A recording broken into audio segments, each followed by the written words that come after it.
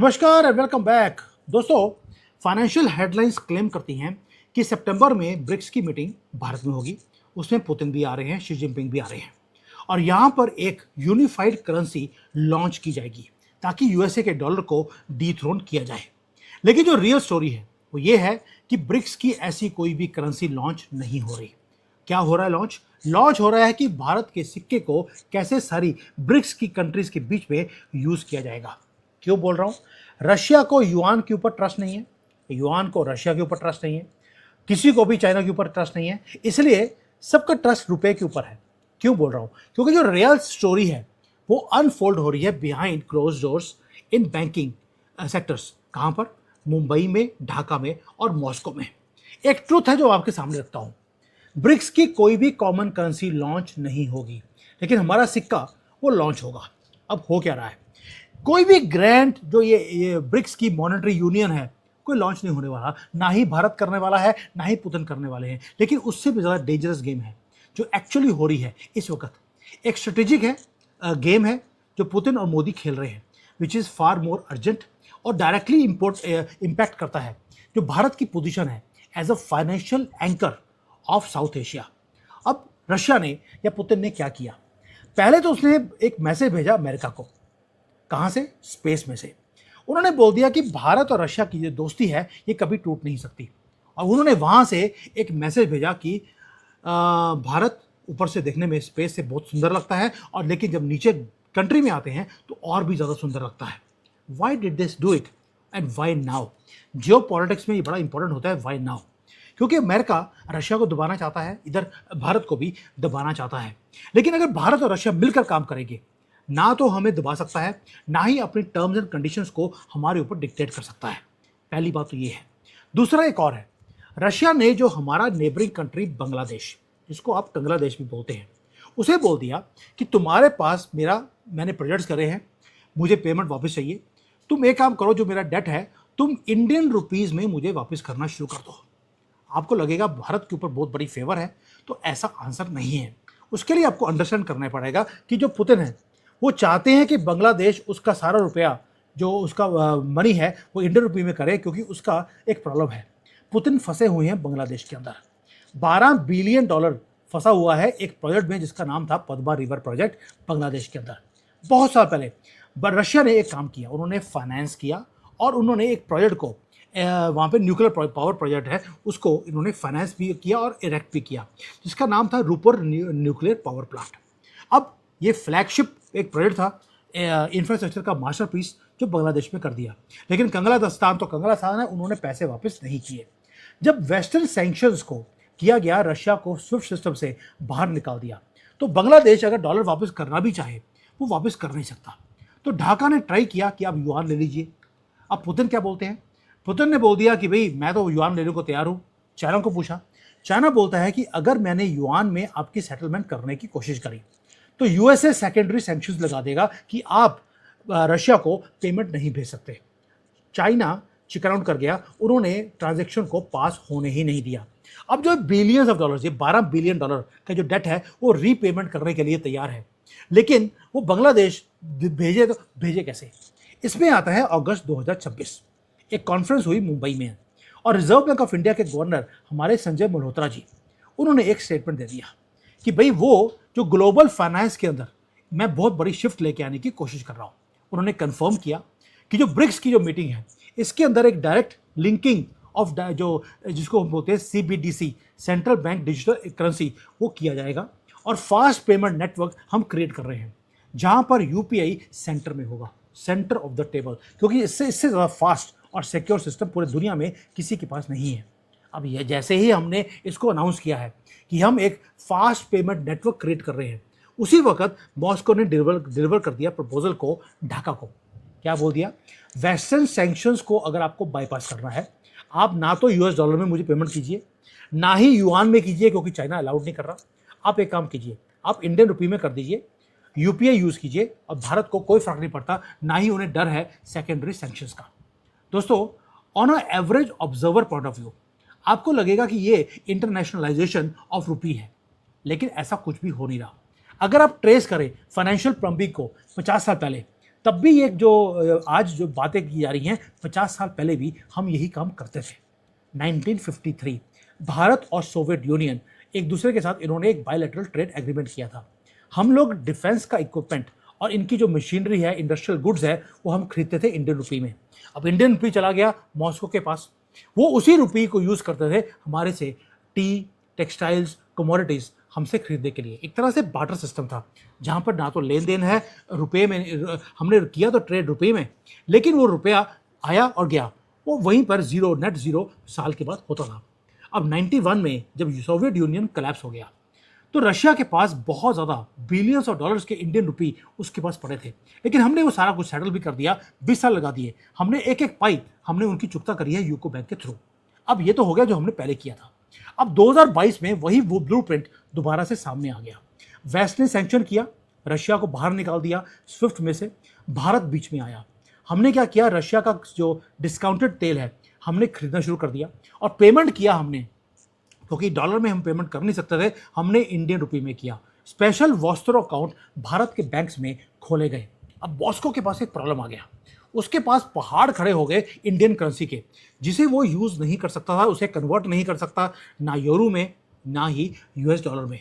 अब रशिया क्या किया, रशिया ने बोल दिया ये पैसे पड़े हैं, पड़े रहने दीजिए। इसीलिए उन्होंने बोल दिया बांग्लादेश को, इंडियन बैंक्स में मेरे पैसे पड़े हैं, मुझे कोई दिक्कत नहीं है, आप एक काम करो, जो न्यूक्लियर पावर प्लांट मैंने आपको बना के दिया था उसके पैसे आप इंडियन रुपी में मुझे वापस करने शुरू कर दो। तभी मैंने शुरू में बोला है, ब्रिक्स की करेंसी नहीं आ रही, हमारी ही करेंसी सब कंट्रीज में अब चलनी शुरू हो गई। ऑलरेडी हमने बांग्लादेश को, नेपाल को, भूटान को, अफगानिस्तान को, सबको हमने बोल दिया कि हमारे साथ ट्रेड करना है, आपको रुपए डॉलर में करने की जरूरत नहीं है, आपको हमारे से लोन भी चाहिए तो हम आपको डॉलर में लोन नहीं, इंडियन रुपी में लोन देंगे, ताकि लोन देंगे रुपये में, वापस भी लेंगे रुपये में, हो गया काम तमाम। दोस्तों अब क्या हो रहा है, मॉस्को ने कुछ डॉट्स को उन्होंने जोड़ना शुरू कर दिया, इसको बोलते हैं फाइनेंशियल इंजीनियरिंग। इसमें क्या हो गया, एक तो बांग्लादेश को बोल दिया अब डेट को पे कीजिए इंडियन रुपये में, तो रशिया इफेक्टिवली लिक्विडेट कर रहा है अपने जो इसका डेट है इंडियन रुपये में। पहली बात ये हो गई। दूसरा, उसका जो कर्जा था वो उसका वापस आ गया। बांग्लादेश को डॉलर देने की जरूरत नहीं है, वो भी इस मुसीबत से बाहर निकल गए। और जो वेस्टर्न बैंक्स के जो ब्लॉकेज है उससे भी आपने अपने आप को और सबको आपने सेव कर लिया। क्यों? क्योंकि भारत का जो फाइनेंशियल आर्किटेक्चर है वो अब काम आ रहा है as a clearing house for the entire region. अब ये वैसा ही काम नहीं जैसे अमेरिका करता था। सोच के देखिए कि वेस्ट वालों ने एक क्लियरिंग हाउस बनाया अमेरिका में, सारी दुनिया को डॉलर में काम करना पड़ता है, किसी को सामान चाहिए डॉलर लीजिए, किसी को सामान बेचना है तो डॉलर लीजिए। तो ये लेन देन वाला काम जो पहले अमेरिका करता था, अब रशिया ने आपके साथ मिलकर रुपये में काम करना शुरू कर दिया अपने सारे नेबरिंग कंट्रीज के साथ। अब जब आप एक कंपल्सरी सेंट्रल बैंकर बन जाएंगे साउथ एशियन कंट्रीज के लिए, तो आप जितने भी सैंक्शंस हैं जो अमेरिका लगाता है उसको आप बाईपास करते हैं। दोस्तों, बांग्लादेश रशिया को अगर इंडियन रुपी पे करेगा तो वो भारत के कमर्शियल बैंक में से निकल के जाएगा, वो अमेरिका के जो वहाँ पे क्लियरिंग हाउसेज है उसमें से नहीं जाएगा। यानी कि हमारा जो इंडियन फाइनेंशियल इंस्टीट्यूशंस है वो आ गए अब फ्रंट लाइन के ऊपर। अब काज गिरेगी किसके ऊपर गिरेगी? भारत के बैंकिंग के ऊपर। अब वॉशिंगटन क्या हो सकता है? वो हो सकता है कि भारत के बैंक्स को बोले कि अगर आपने रशिया का डेट को सर्विस किया वॉस्त्रो अकाउंट में से तो हम आपके ऊपर सेकेंडरी सैंक्शंस लगा देंगे। और इंडियन बैंक्स उसके लिए पहले से तैयार है। वो कैसे? रिजर्व बैंक ऑफ इंडिया ने अभी अभी पुश किया कि हम जो डिजिटल आर्किटेक्चर है, हार्ड डिजिटल आर्किटेक्चर, उसको पुश कर रहे हैं पूरे नेबरिंग कंट्रीज के अंदर। जो संजय मल्होत्रा जी हैं उन्होंने अनाउंस किया हम यूपीआई को और जो सेंट्रल बैंक का डिजिटल करेंसीज है अक्रॉस ब्रिक्स उसको हम इंटीग्रेट कर रहे हैं, ताकि हम एक सिर्फ चीपर रिटेल रेमिटेंस का एक प्लेटफॉर्म नहीं बनना चाहते। हम चाहते हैं कि जो कंट्रोल है वेस्ट का पूरा पेमेंट सिस्टम के ऊपर, उससे हम अपने आप को बाहर निकाल लें। वहाँ पर यूपीआई चलेगा, वहाँ पर इंडियन रुपी चलेगा और क्लियरिंग हाउस वो भारत में खुलेगा। दोस्तों, ये है sovereign country Bharat, sovereign country of Russia, sovereign country of China, इन सब के साथ sovereign country to sovereign country deals होगा, जहाँ पर वेस्टर्न इंटरमीडिएट बैंक्स की हमें ज़रूरत ही नहीं है, ना ही private clearance houses of America की हमें ज़रूरत है। अब सोच के देखिए, डिजिटल रुपी और यूपीआई आपने दोनों को इंटरलिंक कर दिया, साथ में जो इंटरनेशनल सेंट्रल बैंक का डिजिटल सिस्टम है उसे आपने इंटरलिंक कर दिया, तो होगा क्या, जो क्रॉस बॉर्डर पेमेंट्स हैं वो इंस्टेंट हो जाएंगी, ट्रांसपेरेंट हो जाएंगी and beyond the reach of American blockages. आपने अपने आप को सेव भी कर लिया, दूसरों को भी सेव कर लिया और अपने आप को वेस्टर्न हेजीमनी से आपने बाहर भी निकाल लिया। अब 3-4 चीजें हैं जो आगे जाकर होने वाली हैं। आपको प्रोडिक्शंस मैं ऐसे नहीं देता हूं, बहुत स्टडी के बाद देता हूं कि क्या होने वाला है। पहली बात यह है कि जो यूएसए का ट्रेजरी है वो आपके ऊपर धमकी देगा कि हम आपके ऊपर सेकेंडरी सैंक्शंस हम लगाने वाले हैं।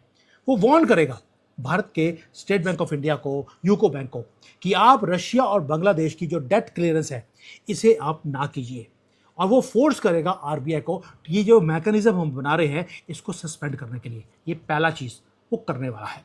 दूसरा एक और है, बांग्लादेश के ऊपर भी अब प्रेशर डाला जाएगा कि आप जो इंडियन रुपी में रशिया को पेमेंट कर रहे हैं आप इसको मत कीजिए। क्यों?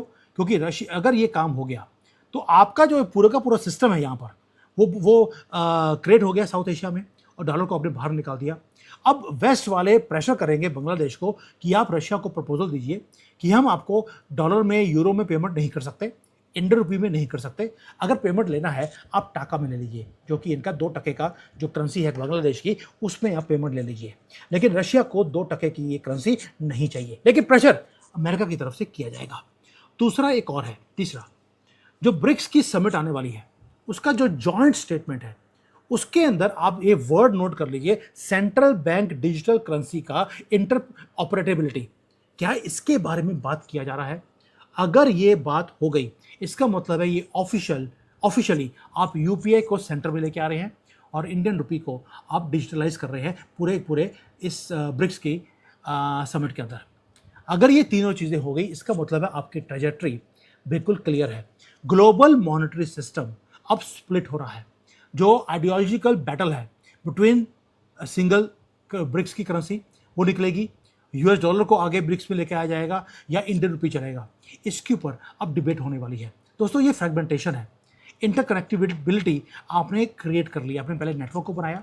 इसलिए मोदी जी जब भी किसी दुनिया में कहीं जाते हैं digital rupee, digital infrastructure, digital UPI इसकी बात करते हैं। क्यों? ताकि हमारा सिक्का हर कंट्री में हमारा चलना शुरू हो जाए।